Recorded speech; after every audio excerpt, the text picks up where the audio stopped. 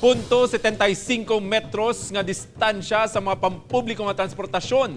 Ginpatuman sa Department of Transportation subong adlaw. Apang Land Transportation Office Region 6, wala pa sang may nabaton nga guidelines. Mga driver nagapangalang-alang sa bag-o nga orders ng DOTR. Sa dugang nga detalye, makaupod naton si John Sala live. John? Said Kate Adrian, ang pagpatuman sang 0.75 meters nga distansya sa mga pampubliko nga transportasyon ang para kuntani madugangan pagid ang seating capacity sa mga pampubliko nga transportasyon. Apang suno sa LTO6, kung ini ang ipatuman diri sa riyon, mas mabuhinan pagid ang sarang makasakay. Antes ang pandemya kung kaysa premyo na kung makabig ni Manong Chris ang makapauway-huway ini sa pagbiyahe. Apang subong haluson na lang ini nga makakita sang iya pang boundary. Halos wala na gani ini nagapahuway para may madalang inugbakal sang pagkaon sa iya pamilya. Sang mahibaluan sini nga may pagbag-o naman nga mando.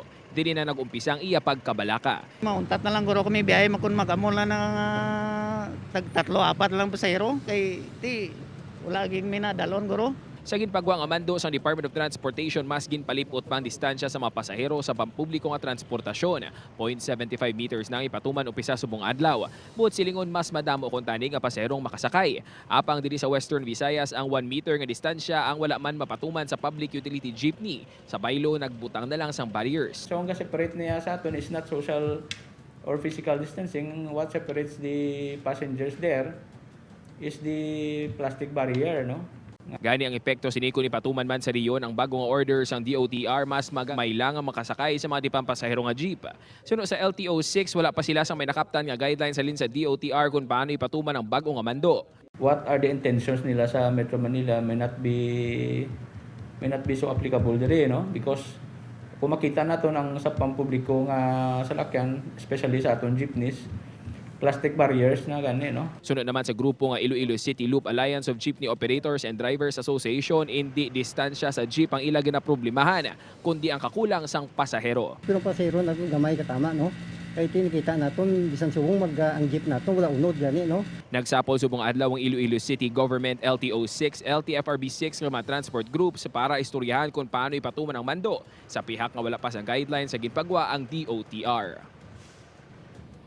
Said suno sa LTO6 na konsundo ng mando sang DOTR ang makasakay lang gid subong sa mga jeep ang 6 tubtub 8 ka mga pasahero but silingon each side sang jeep may tag 3 tubtub 4 ka mga pasahero. Maginpagwa naman nga statement ang DOH6 said nga nagasiling nga kuntani kuno ipabili na lang ang 1 meter nga distansya sa mga pampubliko nga transportasyon. Said Diyan anong rason sa likod sining hagna sa DOTR nga matamato ng pagbuhin sa distansya 0.75 subong pagkat tapos ang 2 ka semana mas palapito ng pasahero. Anong rason sa likod sini?